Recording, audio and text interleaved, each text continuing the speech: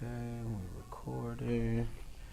Wow, we're doing this. Wow. Yeah, man, we here. We here, well. Thank you for your time, my man. Yes, sir. Welcome, everyone. This is studio visit number 2 with another member of the Do Right Diaspora, Muizz Ogbara, a.k.a. Money Muizz. Designer, multidisciplinary and artist, a co-founder of Escro Market. Yes, sir. Fucking style god and fashionista. I tried. A lot of other things out there, man. Welcome. Thank you, man. Thank you for having me on here. You said I was going to be nervous on this. Full disclosure, this is one of my best friends, so it's definitely going to be a very lighthearted and heartwarming conversation that we're having. Real. First and foremost, though, outside of the thank you and the shout out, I do want to shout out our vino consultant of the day, our man David Rodriguez over at Bummer Wines. They are a subscription service wine club based in Pilsen, Chicago. Get your subscription. Some of the most fire branding out right now. Like if you're looking for something new and interesting to get into this fall and winter, definitely follow Bummer Wines on Instagram. Stop drinking barefoot.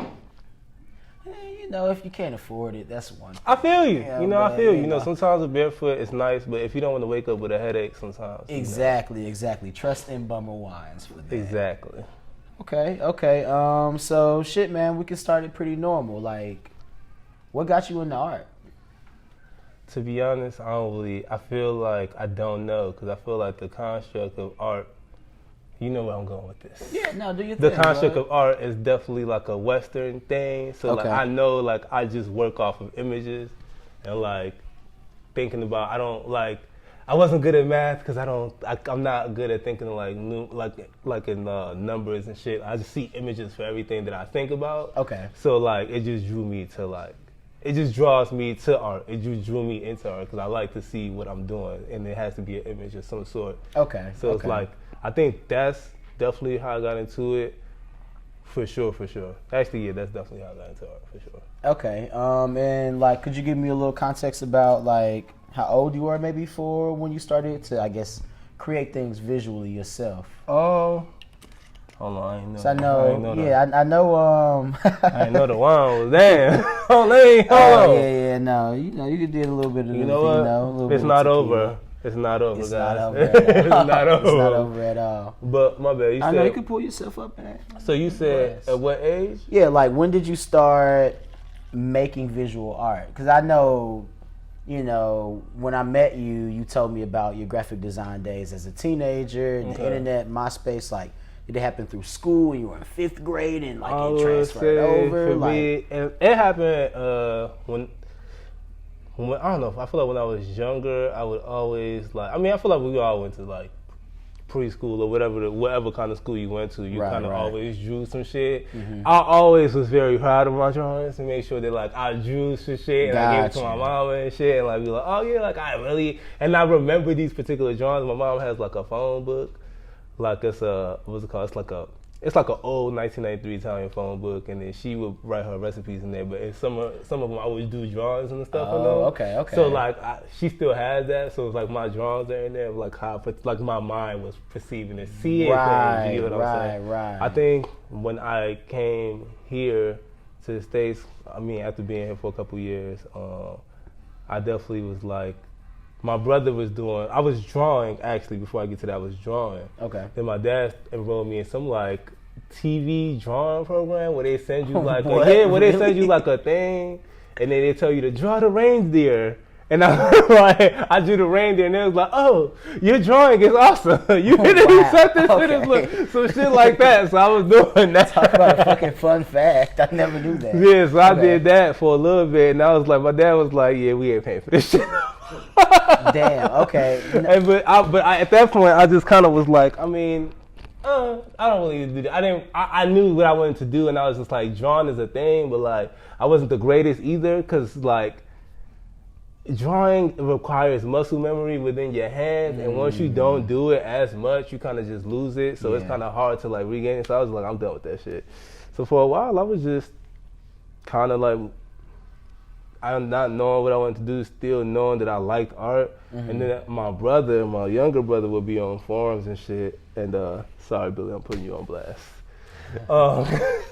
He'll be on forums and shit, and he'll make these little things called SIGs. So just like you put it, it's like a signature. It's like a little small square image. Oh yeah, okay, yeah. That they would put like on a Nike, like you on Nike Talk. People had their own little signatures and shit. So I used to look at them and be like, oh damn, all right, well, you snapping? How you do this shit? So he taught me Photoshop. So I got on there. I was like, all right, so cool. Billy actually. So show me Photoshop. All right. Shout out to Billy. I laughed you, nigga. I laughed you. You should never went to school, nigga.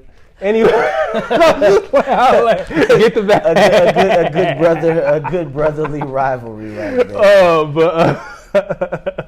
there. Nah. Long story short, he stopped kind of doing it. So what I was doing, I was just like, I couldn't work for particular reasons, which I don't want to really get into. But okay. I couldn't really work and shit. So I was just like, all right, well, how am I gonna make some money? So I started doing mixtape covers and like covers for my friends around the way that I knew was doing music at the time. Shout out to Jay, Space Jam. I know you mad at me. It's all good. It's all love. Still love you, bro. But yeah, I started doing graphic design for him first, technically, and I actually took him on as an actual like artist, and I kind of built and developed my skill through that. Gotcha. But then within that, I used to be on MySpace selling layouts. Gotcha. Okay, that was so my you hustle. were, damn. So around what age were you? I would say I was about 17, 16. Okay. So you're learning coding, graphic design, but also working on like branding and marketing and things like that all at once. And it's crazy because in the internet era back then, we were picking up all these skills just trying to like customize our own like website, yeah. You know, and then you look up and it's like these are the things that they told you wouldn't even be a real job on nowadays that they're offering majors in school for. So you've kind of been a little bit ahead of the curve with that, huh? Yeah. I also was kind of more so on. So I used to be on people's MySpace and I'd be like, damn, they got the fallen guns, the fallen dollar signs. You know, you can customize the look. So I was trying to find out how to customize that. That's like GIF 1.0 type vibes. early GIF vibes. Shout out to the GIFs. But honestly though, shout out to all the just a side note. But I would say shout out to all the kids that was on the other blogs, because I feel like I got on to my MySpace was my first like social network thing, but I know there was like the Zangas and shit like that. Oh yeah. All the shit prior to that. So people doing all of that shit, like they're still like, I don't know, I still kind of as creative. They might not be like doing creative shit now, but like these are people that help me like look at some shit and be like, oh, this is what you can do with the like web page and all of this shit. So yeah. Okay, that's dope. And I caught you a little earlier. You were alluding to like your father and when you came to the States and all of that. You are not.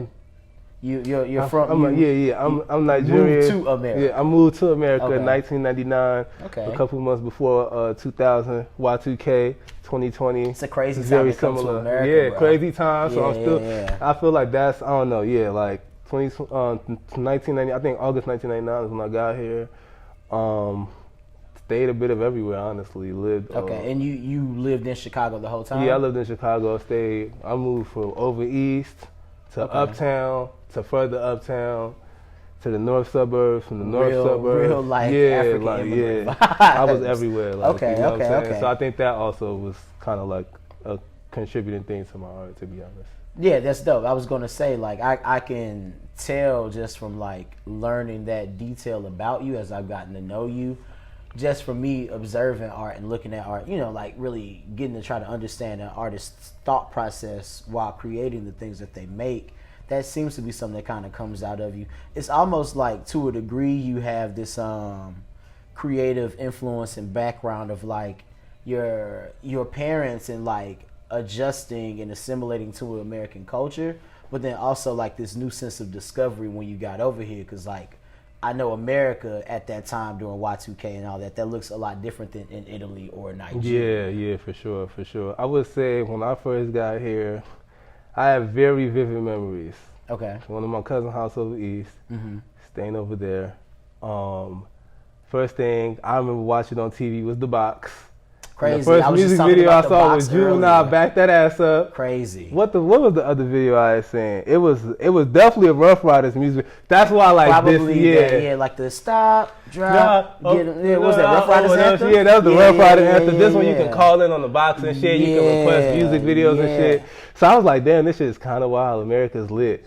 And then, you know, like growing up and then understanding branding in America is very real. Like you can go to school and pay less, G. My mama bought me some pay less. I have so many embarrassing stories because like a lot of, even like gender norms was as far as like what's considered what you can wear, what somebody else can wear. Right. Like my parents didn't really have like no idea that it has to be like kind of the extreme level for them to even realize that shit. So it was a lot of shit that like I had to learn through going to school, through family members, where it's like, bro, you can't just be wearing no Payless out here. Yeah. Like that's a status symbol, and like it means more in America than it probably does in other countries. I didn't like, really wasn't it's a pair worried of about shoes. that, yeah. I like them. So what? Over here, it's like, what? You go to Payless? What type of shit is that? And that's funny because I know you just talked about branding and all of that, and for quite some time now, like 80% of America's exports has been culture. So like it really is very heavy on the branding and whatever it is, the car you drive, the clothes you wear, the places that you go to, it's supposed to be kind of representative of you. And then people who cannot even sometimes even afford it, they'll still buy into these ideas because of like aspiration and what you still want to be perceived as.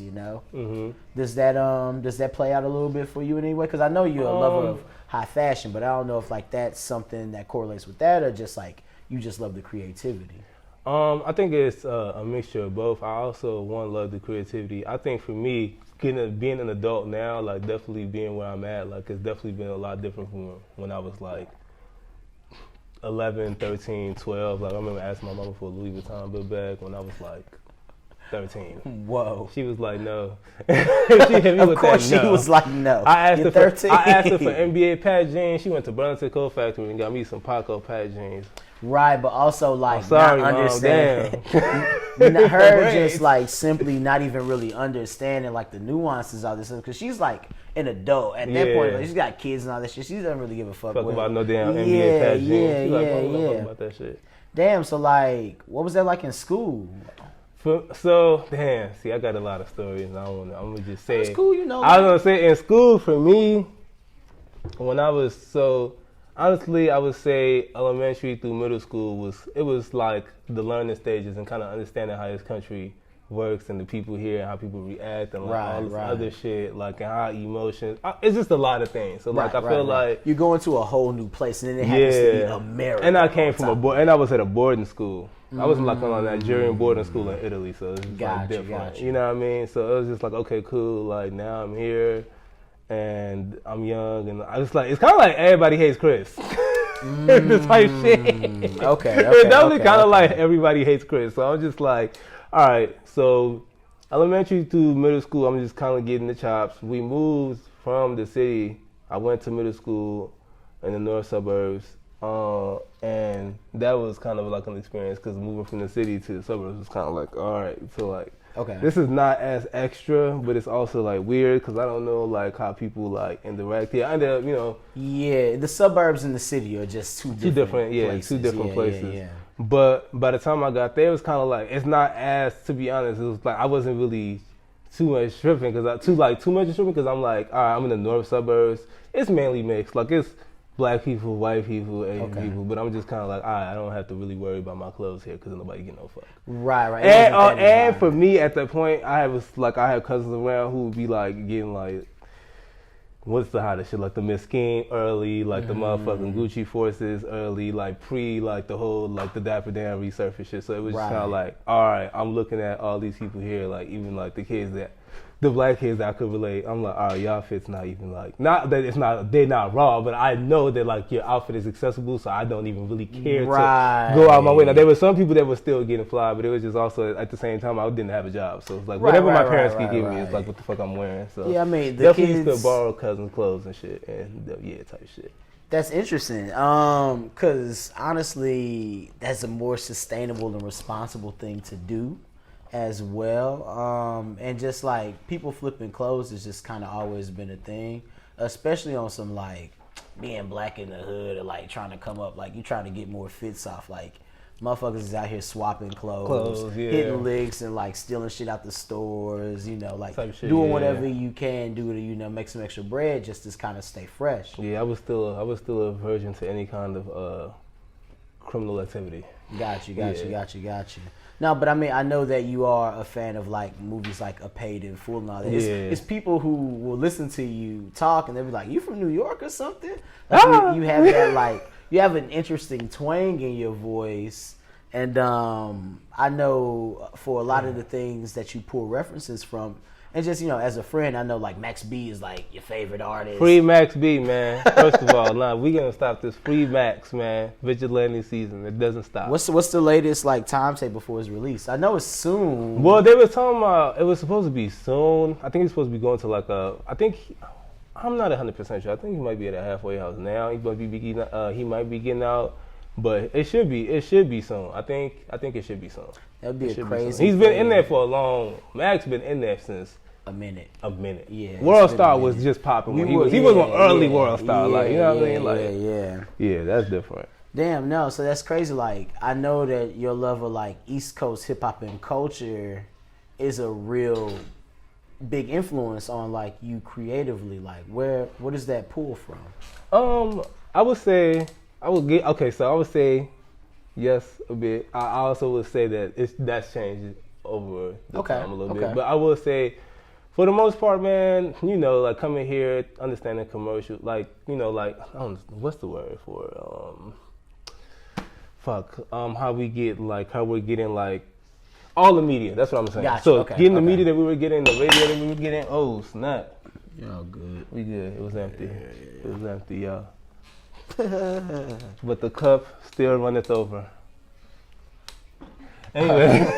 Oh, you're lit. I love this guy. You were in the studio having fun. Studio Visits is your new favorite YouTube show. But damn, what you guys just asked me? Damn. No. The East Coast influence. Oh yeah. So like, I mean, first of all my cousins listened to was like the Styles P shit. Like I said, it was kind of like a mix of like the South, but at the time it wasn't really a lot coming from the South because I was really fucking with Cash Money. Like, that was the only group from the South I could really attach myself to. So at the time I was fucking with like, you know, the Jay-Z, the Styles, the Jadakisses and all that. I would even argue that like Cash Money was Southern Cash, but like the lifestyle and the image that they were living and projecting was definitely one that still kind of had that like stunning ball and East Coast flavor at that time. Because the other cats were country and just like we country, like this is us. Cash Money, you know, like they Benny, Monte Carlos, and Rigas, man. Like that's a whole different type of vibe to like everything that you talked about. Back that ass up being like the first video that you saw. So instantly I can kind of see that. But that East Coast influence, I think, relating to some of your design work and like your creative output, I can kind of see that, but I think maybe it ties more into just like this American struggle story. Like you got the Save Randy campaign going on right now for Escro. Yeah, Save Randy. Actually, we laid him to rest. When we drop? Shit. Yeah. You got some new shit coming. You got some new shit coming soon. It still say not. No cap. It still Save Randy. I only said we laid him to rest because that was a crazy ass 2 days. Yeah. That was a crazy ass. If you haven't, Escro Market, you know, ESCRO market.com, man. Escromarket.com, you know what I mean? Like, and Instagram as well. You can watch the short film. It was really one of my favorite art pieces of the year. Like that shit. Shout out to everybody that was involved. I'm sorry, I gotta do the shout. No, you good, bro. Do your thing. You know what I mean? Shout out to New. Shout out to you. Shout out to Justine, Mandela, Elaine, Mars, David, Gianni, Phil. I know I'm missing Kia. Fuck. It was a big team. It was a lot. But everybody that helped and was a part of it, you know what I mean? Like, yeah, we definitely like capped 2020. For real. Yeah, so could you kind of give a little more context? Like, I'm a likely, you know, in post add a couple pictures up and all of that stuff.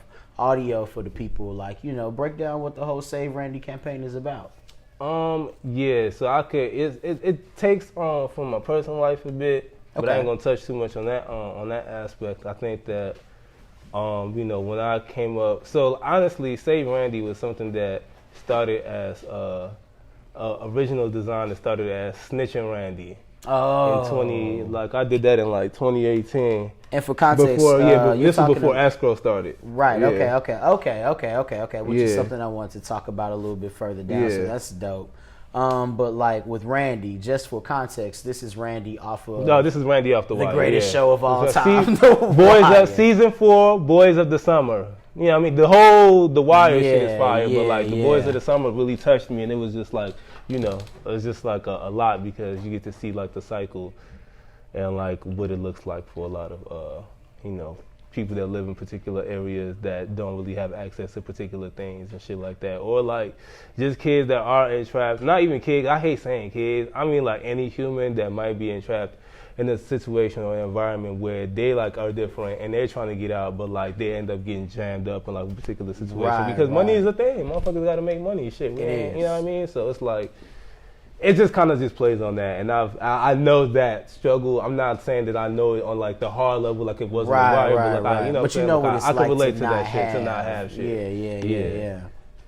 Damn, that's hot. Could you give us a little bit of like what this last project has been like for you? You've been working on it for a few months and all that. You got fucking leather jackets now. You got rugs, shit selling out, bro. Like, how do you feel? Like, this is kind of dope. Honestly, man, I feel good. I think that, you know, and I don't know if I think that it's great. I'm very happy. I feel like it's kind of crazy that I'm here now, especially like just thinking back about where I started, and then just thinking back like on energies and like I'm big on spirits, like spirits and energies and shit like that. Right. So it's just like crazy that this is what it looks like.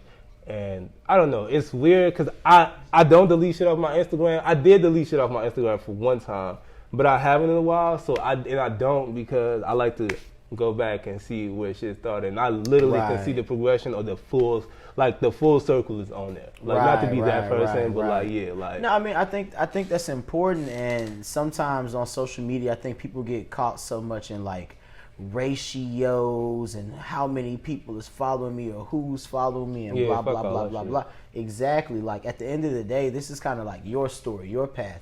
And I think that's not only special for you to be able to go back and reflect and see the progression, but maybe somebody who just got hip to you to go and actually check you out. Because there's definitely times where I come across one of my new favorite designers or brands, and I'll scroll back a while. Like I'll find myself 2-3 years ago just to be able to like see what that growth and progression looks like. Aesthetics change, copy changes, social everything media changes. managers change. Like so much. There's a lot of like movement really behind the scenes, and I think we get so caught up in this digital world that we all live in now that like we're just kind of looking at the screen and double tapping and scrolling without actually taking enough of the time to truly like ingest and digest like the things that we're looking at and consuming. That's real. And I think that like that's kind of I don't know, that's kind of what my beef is with Instagram right now, because I scroll a lot, you know what I'm saying? But sometimes I like actually take time to like, let me look at what's going on, like actually look. But for the most part, I definitely feel you.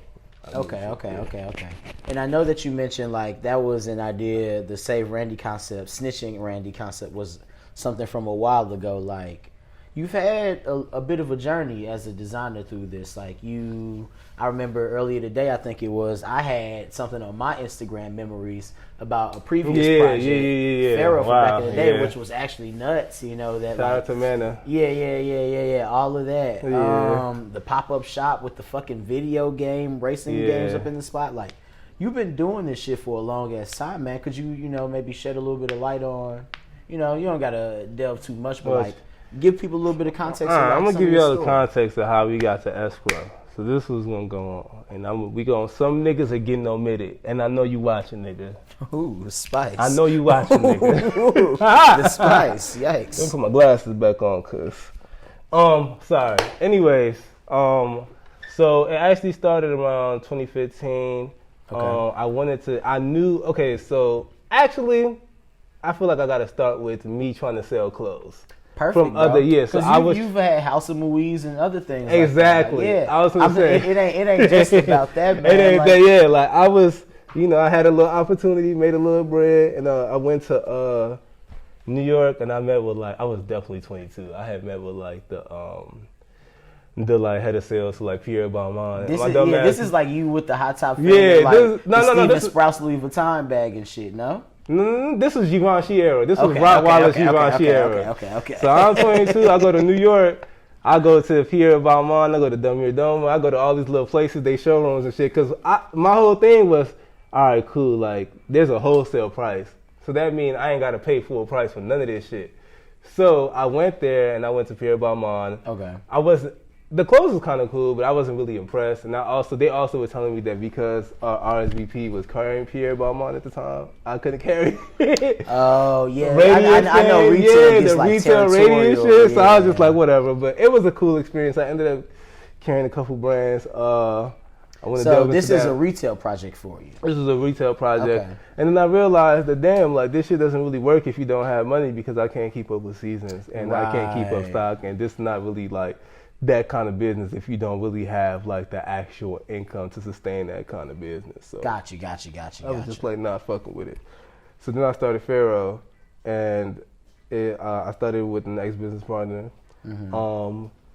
And yeah, I pretty much did most of the design work, did most of the creative work, and I didn't really know what I wanted to, I didn't know how I was going to get this out, but through time and honestly, I was in the suburbs at the time, so when I started working in the city, Gotcha. I worked at when we met. So I was working at Trunk Club.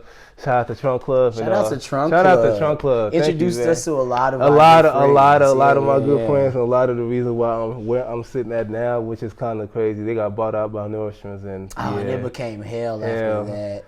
I think they still selling bonobos. What's that one nigga name? Who? Was it Spaley? Is it Spaley? Oh, Brian Spaley. I might beat the name out. Maybe I don't. You're Googleable, motherfucker. You still selling bonobos? Okay. Let me show. But so Trunk Club, and I met you. Mm-hmm. I met a lot of other people. I also met my very close friend David. Burma Wines. David Rodriguez, Burma Wines, baby. At the Burma Wines. And I remember we were I think we were so we had to pick clothes all day, and we had to walk around with a cart scanning clothes and picking clothes and shit. So we would pick clothes and they put them in the bin, and then we would go to another station to pack the clothes. So I think I was packing the clothes. And I was telling David, I'm trying to start a clothing line, woo, and I'm I need a photographer because I don't really know what the fuck to do. And he's holler at, Elaine. And I was just all right, cool, we'll see what happens. We'll see what happens. So I put this shit together, and I, met up with Elaine. I eventually also met up with Josh. And, I think that was, actually, no, that was after. A little bit later. Okay. Yeah, that was a little bit later. Got that confused. So it was met up with Elaine. We went to their studio. Rest in peace, Safety Island. It was a manor. Shout out to Pilsen. Y'all should probably stop raising the rent, man. Artists need space too. Poor artists. Let's talk about it. Let's talk about it. Anyway, so we actually ended up putting the craziest shoot together, to be honest, for a group of kids. We were kids at that point. They actually are artists. I feel I don't know, in a way. I'm sorry. I feel at the time, I'm damn, looking at them these are artists, and they're willing to work with me. So I'm damn, this is tight. So all right, cool. We ended up making having the craziest photo shoot. I feel that was a first project. We actually ended up taking an empty space and turned it into an actual physical This is the one room. with the American Airlines. No. This is the Pharaoh Cash. Okay, this collection was the Pharaoh Cash Money. Bam. Joint. This was the Rough Rider collection. Okay. We really turned that room the fuck out. That was your first motorcycle. That was the first motorcycle jersey I did. We turned that bitch the fuck out. It was a late night. I had close friends with me. My sister was I want to come, but she fell asleep. That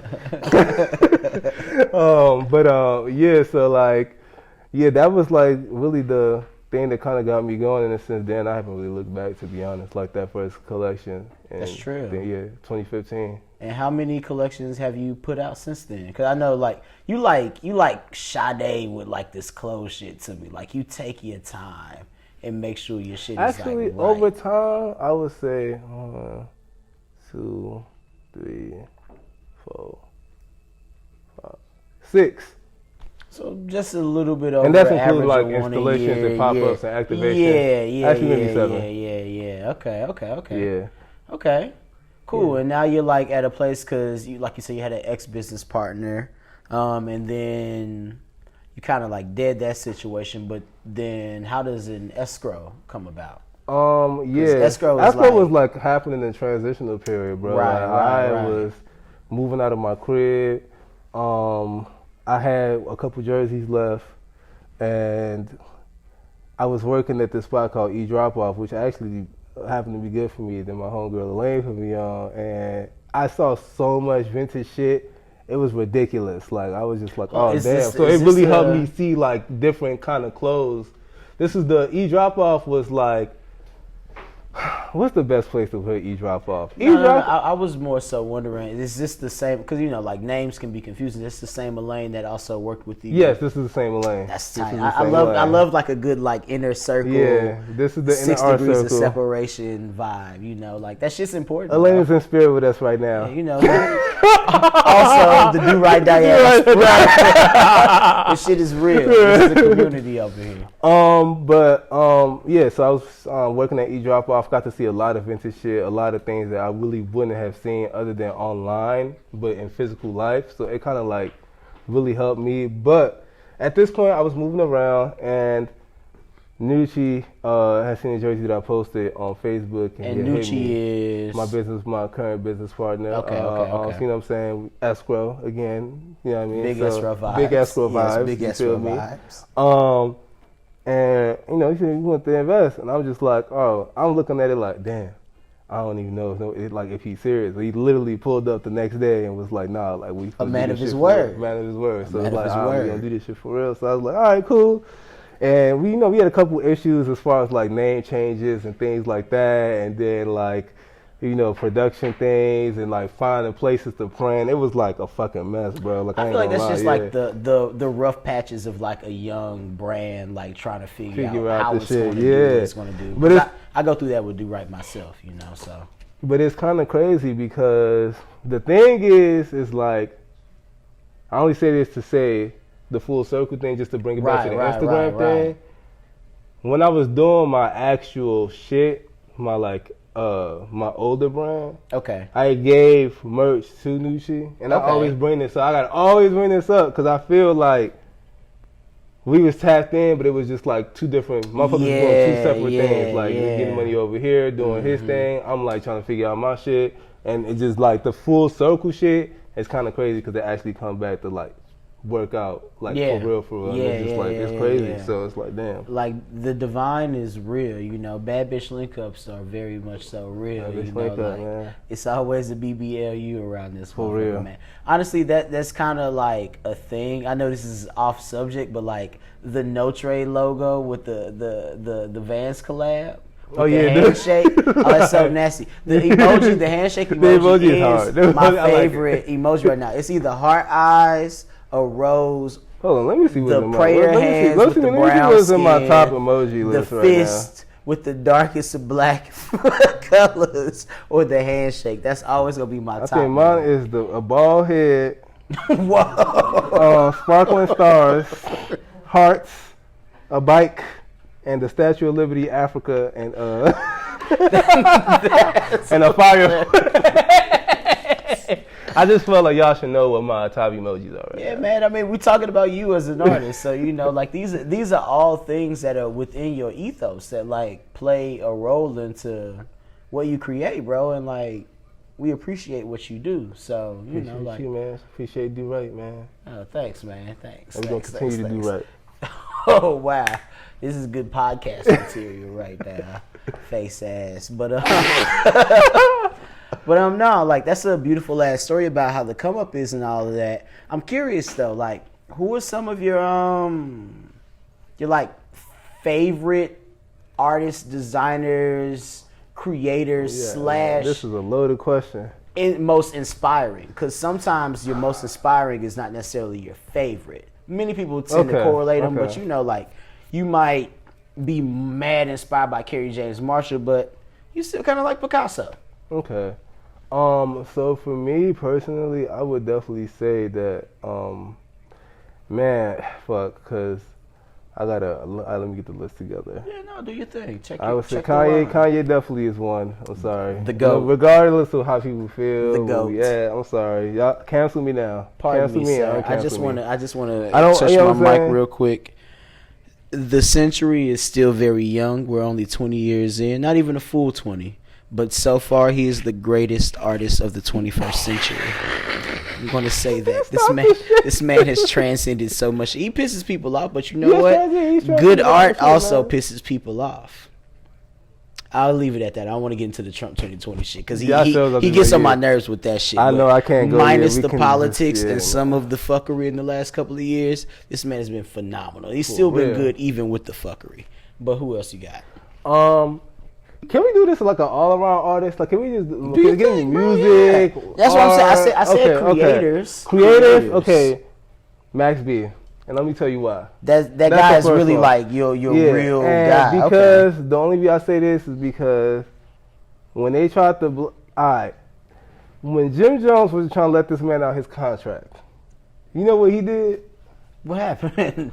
You know more than me. He put out so many mixtapes and did so many shows that he was able to take. I mean, regardless of how the situation went, like, even if they blackballed him out the industry, he like still made the shit work, and he's like a street legend now, and like his style went to Wiz Khalifa, like, you know what I'm saying? It's shit, you know, it's not Kanye level for sure, but like it transcended some shit for sure, you know what I mean? So I would have it absolutely. I don't know if we would be calling things wavy if it were not for the wave already existing, you know? Definitely not. I will put let me see, because this is. I'm definitely gonna definitely Virgil as well. He definitely changed the spectrum of shit. Could we stop for a second and like elaborate on Virgil as a fellow West African, child of immigrants, but also as a Chicagoan, you know, because I'm from St. Louis, so like I only know about Virgil from like more of a Kanye adjacent thing, and then like when I moved up here at the beginning of this rise of RSVP and, you know, Glow in the Dark tour, et cetera, et cetera, et cetera, Virgil Abloh was like this figure. You know, we got the Pyrex days, and like he was Flat White with the DJ group with like Heron Preston and all these other people. Like, Virgil, why do you say Virgil? I don't know how like this is gonna sound. Fuck it, bro. It's your vibe. It's your artist talk. I fuck with Virgil. My thing that really correlated with me is that, he's the greatest. He's like, I'm gonna say this statement without taking away that he's a great designer. He definitely changed the culture and all this other shit. Yeah. A lot of other things that are included with amongst, you know, what I want to say actually. Right. But when he made a tweet about saying, what's that scam shit that he said? Oh, when he said like fucking, it was the fashion. Fashion is like the biggest finesse or something. The biggest finesse. It was some shit according to that. Yeah. And at that point, I fuck with fashion, but I didn't really know what I want. Not when he was popping, but there was a point where I didn't know what the fuck I was going to do. And I wanted to start making clothes, but I wasn't too sure because it was still a Givenchy era. It wasn't no Virgil yet. It wasn't no black anything yet for me to really. I mean, it was because I want to take away from the Lamar & Dudleys and all the other brands that came before that. Right. But now we're looking at things in a different light and a different eye because this is almost like the beginning of like contemporary shit. So there wasn't anybody black for that. So I was just like, oh damn, when he said that. And I was already in like motions to kind of continue making clothes. I was like, oh, but like I actually get you know what I'm saying? I get like where he was trying to go with the initial, like the Pyrex, the name changed to Off-White. Got you. Makes got you, perfect got you, sense. got you. And Which was other thing, yeah. the Pyrex to the Off-White was a crazy. Hey, like if man. you understand like drug references or like the underworld at all, like that was a piece of fucking cake, bro. Exactly. And it really, if you think about it, because actually this just hit me right now. I don't know why after all of this time, but Pyrex whipping up that's the hell, crack to the cocaine, yo. So now it's off. So it's now a it's like fucking classic, bro. That's just like damn. Wow. All right, bro. Cool. Wow. Sounds like we can do now. It's like Kanye came, Virgil came, and we really can do anything. They open the shit. They open this shit up. So you're gonna roll with Kanye West, Virgil Abloh, Max B. You got anybody else you want to slide up? Master in there? P. Okay. Master P. Why Master P? I can get like the Max B. That's your favorite musician. Music and fashion and design Master P go together so understood business much. branding and understood that like, cause sometimes certain people get caught up in like is it really fashion? But like, P definitely put on his brothers to rap. That wasn't rappers. Right. And everybody got a check. Like, and he understood, like I said, branding. He got that hooked up with the right person to do that. Like, we in America, and my understanding of America is very like we either selling some shit or you buying some shit. Yeah. I'm trying to sell some shit. No, that's interesting that you mentioned branding because like you pull from things like flipping like these powerhouse American corporations logos and like video game references. That's just reparations. I want mine. I love it. But no, like when it comes to like, cause you can kill a logo. Like you fire with the logos, bro. Like there's clearly something that you've taken away from like branding. Could you just maybe like embark on that a little bit more? Give a little bit more I mean, I think since I was little though, like even thinking about when my dad used to take me to Toys R Us. Okay. And knowing the Toys R Us logo, like damn, that's Toys R Us. Right. You know what I'm saying? Like it's like a you get a feeling. Really. The blue carts when you go to Toys R Us. Got you. It's all the little nuances that like all the color theory shit that kind of goes into everything that I didn't understand until later, because I didn't go to art school to really learn that, but when I really understood it through life, and then you talk to people who have gone, it's like, oh yeah, it's color theory, it's a whole thing. I'm like, shit, damn, okay. That's what this is. Like, okay. I got a couple more questions before we wrap up out of here. We definitely got pizza in the background. Yeah, nigga hungry. Been knick-knacking for a second. The first one, just to like piggyback off of that, it just popped in my head, but like, who are some of your favorite brands? Now, it could be across whatever industries, but like from logo to branding to packaging to advertising to whatever, like just how they position themselves as a brand. Give me a few of those. Fuck. That's a good one, right? No, fuck. Obviously, Enron. That shit was hilarious. Yeah. Right now, the story of Enron is one thing, but also some of the things that you're pulling from is like inspired by like the crime debacle that Enron went through, right? Yeah, anything. I think like as far as logos though, I think I kind of just have beyond just the logo though, like because it could be a shitty logo, but the brand is still fire. Exactly, yeah, like I don't like Amazon's logo one like, bit, it's still like, but like man, oh man, as much as I hate Jeff Bezos for not paying his taxes, Amazon. When Amazon is not gonna because Amazon not gonna last forever. Nothing lasts forever. So when it doesn't last, that shit is gonna get repurposed. Mm-hmm. Somebody's gonna be like, this Amazon merch was hot. Right. We do that all the time. We see that like it was an open brand ranking. You don't have to just keep it like on a logo basis. But okay, on the branding tip, let me see. I would say, fuck, there's a lot. Love Burger King. Burger King does not get enough credit. Okay. Burger King, bring back y'all 90s menus. So could we see an Escro like fucking Travis Scott like an Escro? No, it ain't gonna be that. Ain't gonna be no fuck. Travis, I like your music. We do love you, Travis. I wasn't trying to give the wrong impression, but I'm just saying like he over there, we over here. I would do Burger King. I just like the Burger King cartoons and the meals was kind of hit. They had a lot of Burger King had a lot of shit, and I always used to fuck with Burger King. Also, it gave me more American. McDonald's definitely crossed over into international, but I want to be, you know what I'm saying? So it's like very America. Right. Let me see what else. On some random shit, low-key Target. Target is definitely Target is a hit. That's the shit. Target is a like, hit. I mean, the logo with an actual Yeah, Target, I was like, the that's red fine. and I like white. Target. Like, yeah. Let me see. I'm trying to think. I got a couple more. It's the Diplomats. I guess I said that already. Wow. So No. Dipset as a brand is a thing. Yeah, They Dipset also brand had a is hot. cultural, like a cult, like following, and they were a cultural movement. Like, if there were not a Dipset to exist in the hip hop timeline, like there would be something missing from like what it looks like today. Exactly. So I feel like and then we needed that. From the mixtape covers to like how to make, like how they design it. If you put all their like discography all in one thing and you look at it, like, which is what I like to do with most of artists' works, like gather all the content and look at it, you be like, oh.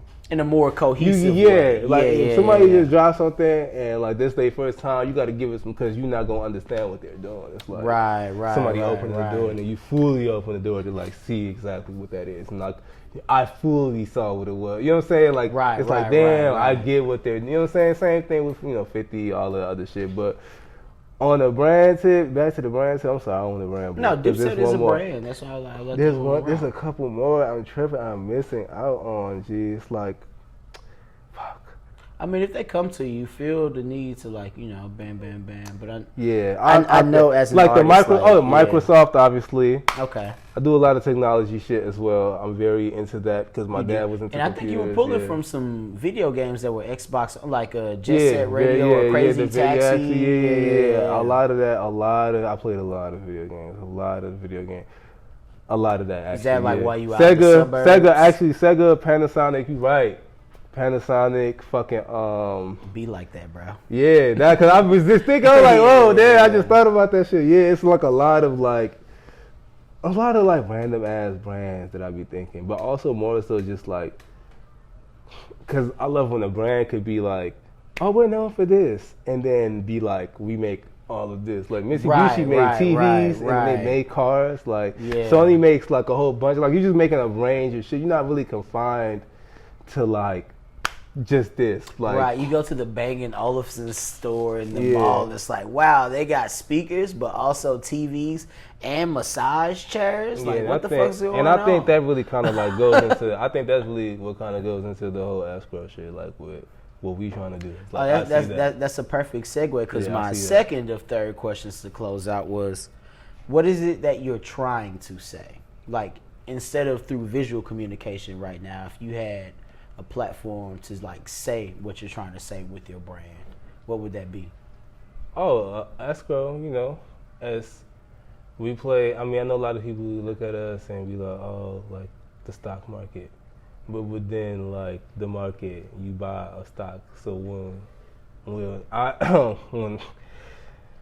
first started thinking about what this would look like, and was talking to Nushi about this shit, it was just kind of like everything is a stock. Okay. You buying into something. America is buying into some shit. So whatever story we're delivering, we're gonna buy into it. That's a stock. So and then you buying your shares from the stock because you buy into the story. So each story might not be for everybody, but the one that's relative to you, you're gonna pick up. So I like that. That's fine. That's fine. Okay. Yeah. Okay. Money move. Okay. Money move in your bag right now. That's what it is. You know what I mean? So, Okay. And I think this is how I'm gonna close it out. This is my second time doing it out in episode 2, but I think I'm gonna close it out like that. Like, for young artists, designers, creatives out there, like, what's something, and they don't necessarily be young in age, but just experience wise as well. For people who may be new to this, like, drop a gem or 2 or 3 on them. Like, what's some advice, some free game you would give to somebody that's interested in hopping into the world that you're into? Man, I feel like, wow, because you don't want to say, I have learned some lessons, but I don't want to say nothing cliche like work hard. You feel me? I mean, hard work always fucking pays off. You don't want to be cliche, but honestly, the more times people hear that shit, the more they realize they got to work their ass off. I would say, honestly, this is what I always wanted to say. If you a young person or whatever trying to get into some shit, you kind of already know what you want to do. I think if you want to get into some shit based off of like not even clout, like just because you feel like that's what everybody is doing, stop and really think about what you about to, because you're gonna have to really spend your life not having bread. Like take it. You know what I'm saying? Like as an artist, as a working artist, there's no money. Fun, there's bro. no money. Like, it's in this not. shit. You know what I'm saying? The money will come, but who knows when it will come? Exactly. So my nigga, you need to have a backup plan. I don't know what it is, bro. but if you do want to keep designing and you work through the hunger and you actually continue to do that shit and thrive through this shit, then you know you meant for it. But if you I would say this: if you choose your lifestyle over what you actually want to practice, then it's not for you. Yeah, because this is a practice. It requires work. As a working artist, as working artists, like it's days you don't feel like it, but you still got to do it. And then there are also spells where you don't feel like doing shit for like weeks, cause like you fucked up and depressed, or you're going through a breakup, or like you can't pay your bills right now, or anything up under the fucking sun, and that debilitates your productivity. But if you still manage to wake up and choose to like make something at the end of the day, you're cut out for it. If like you think about quitting more than you think about just getting the fucking shit done that you still needs to get done, it's a wrap. You could. It's not necessarily for you. And honestly, we need more lawyers who are the artist friends. We need more physicians who are willing to, work with people who don't have health insurance. And therapists too, lots of them. All of that shit. Free ones. So if you want to work in the art and creative world or be centered around that, it's plenty of ways to do it. But unless you cut from a certain type of cloth, it's not it. Miles Davis was getting invited to perform with John Coltrane while he was going to Juilliard and was 17 years old, and he had school the next morning. And Miles Davis was going downtown to play bebop in the clubs for 2 songs and then run back home to get enough sleep in the morning. That's how it But goes. Coltrane, not Coltrane, but Charlie Parker, pardon my name drop. But Bird understood that, That's real. And you got to. You kind of got to. You gotta, cause it was funny. I was watching a Thelonious Monk documentary one time, and one of his ex-wives, she did a thing. I recorded. Sometimes I reposted on my IG story, but it was a word of advice to women who are dating musicians. She was like, if you think that he's gonna love you more than the music, baby, you are wrong. He's gonna love you for sure, but nothing comes before his craft. And I think that we can't even get to that. We're not going to This is how we closing out. But the fact that you relate to that is so real. And you have all these other artists. We live these. I wouldn't even call it toxic. It's just really an artist lifestyle that just happens to be a lot different than a lot of other people in general societies. But this world that we live in, through creating and being vulnerable and pulling from the things that make us who we are, for real, because our perspective is merely only informed by the things that we see in the life that we live as individuals. That shit is super beautiful and precious and sacred, and you kind of have to be with somebody that understands it, or you're with people throughout your life that are able to understand it. Some people are meant forever and some people are chapters, but this Escro shit I see going for a long ass time, bro. Thank you, brother. So thank you for sitting down and talking with me. Appreciate it, man. You want to give any shout outs on the way out the door? Shit, I wish I could do one of them fade out joints where you still saying shit. I'm dropping the mic, maybe in post. just shout out to Escro, the whole Escro team, the studios. Shout out to New, like I said, Mars. The homies in the background. The homies in the back, actually. I've been trying to act ain't nobody here. You know what I'm saying? I get it now, but we got friends in the building. We got friends, man. This shit wild, bro. We work with these motherfuckers. There's a lot of family. You know what I'm saying? Oh, that's what I forgot. Shout out to G Baby. I forgot G Baby. You said it, Josh, but you were talking about Abby. I forgot about G Baby. Got you. Okay, shout out to Josh, aka G Baby, man. Shout out to you, Phil. Like I said, John. You know John. I know John. I'm sure I do know. Photographer John. John, come on, man. Damn. Oh, that's another thing. I guess with the roll call, like shout out, I don't know, any brands, artists, creators. Oh, yeah, that's what I'm saying. Like, Do Right Design. Hey, Do Right, you know what I'm saying? Shout out to Do Right Design. Shout out to Bummer Wines. If you're trying to get, wasted on the right wine, you can holler at Bummer Wines. You feel me? Let me see, what else? Shit, there's a lot of other brands, man. That's what I'm saying. Let it flow, bro. Oh, damn. Shout out to Lansk. Oh, Lansky? Whenever Lance drop. Oh my God. I mean? Yeah, what a guy. GG, you know what I mean? What a Shout guy. shout out to everybody. There's a lot of brands out here. I'm sorry, bro. It's I'm cool, a little sensitive, man. No, it's cool. All my friends, y'all know what it is, G. This is one thing I will say before we close out. This is not a solo person effort. You have to create a team and work with people. It takes a village, bro. It takes a village. You feel me? So it ain't just one person. Blame it on the mind and not the heart. Exactly. So Bless yeah, man. y'all. Bless it, man. Oh yeah, at Money Muizz. Follow me at Escro Market. You know what I mean? Yeah. Most shit dropping. Go copy it. I'm gonna leave that somewhere. Niggas gonna get tagged this shit. What's happening? Shit, you feel me? Yeah. We high, we tipsy, we hungry. Definitely. It's time to go. Peace. Studio Visits 002 is a wrap. Love y'all. Then I want to do a freestyle. No, but you know what I'm here for? Thank you, man. That's Was that a pretty decent conversation? Okay. All right. Good. Sorry, One thing I love about interviews, like when I watch it, like I always want to hear some shit that I never knew, and I heard some shit that I didn't know. Yeah. Oh, yeah.